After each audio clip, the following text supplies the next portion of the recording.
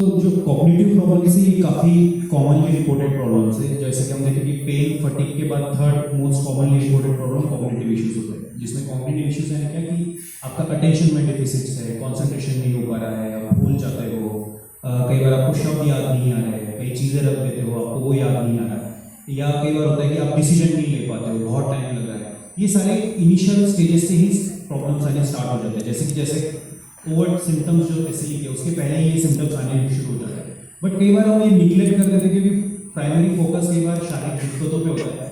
उस समय ये लगता है कि नहीं ये तो छोटा प्रॉब्लम है, बड़ा प्रॉब्लम है। तो बट हमें इम्पोर्टेंट ये समझना है कि इसके कारण आपकी रोजमर्रा की जो लाइफ है वो काफ़ी इम्पैक्ट होगी।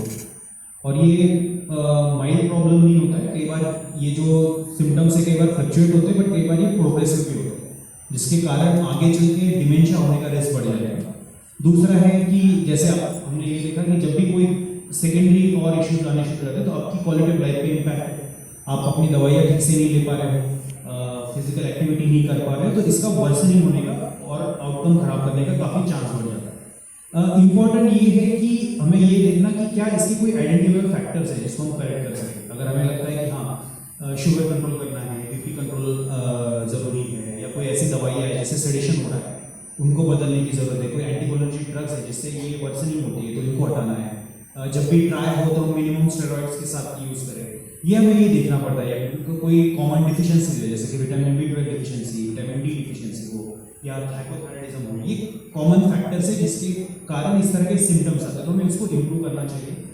ये भी देखा गया कि कॉग्निटिव इश्यूज ये काफ़ी कॉमनली साइकेट्रिक बीमारियों के साथ आते हैं। जैसे आप कॉमनली देख रहे हो डिप्रेशन में कॉग्निटिव इश्यूज काफ़ी कॉमन है। तो हमें ये देखना है क्या ये बीमारी के साथ पार्ट आया है या कोई और बीमारी का लक्षण तो नहीं है, बट इसकी ट्रीटमेंट काफ़ी आवश्यक है। जैसे स्लीप इश्यूज के बारे में सर ने पूछा, तो स्लीप काफ़ी कॉमन कंप्लेंट है। पेन के साथ नींद में दिक्कत आनी शुरू हो जाती है, जो एक डिजीज प्रोग्रेशन का भी इंडिकेटर हो सकता है, या कोई और साइकेट्रिक इश्यूज का भी इंडिकेशन होता है। जब भी अगर आपको लगता है कि आपको 1-2 हफ्ते से ऊपर नींद में दिक्कत आनी शुरू हुई है, तो आपको इंपॉर्टेंट है कि आपकी स्लीप हाइजीन मेंटेन करना है।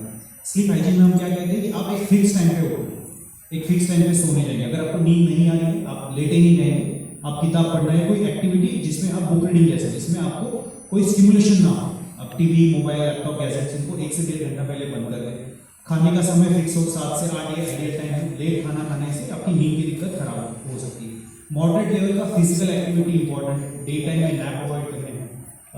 इंपॉर्टेंट है कि आपकी जो जहाँ पे आप सोते हो वो आइडियल टेम्परेचर, जैसे कि आप 25-26 डिग्री सेल्सियस हो, लाइट स्टिमुलेशंस ना हो, ये आपको स्लीप हाइजीन के लिए इंपॉर्टेंट है।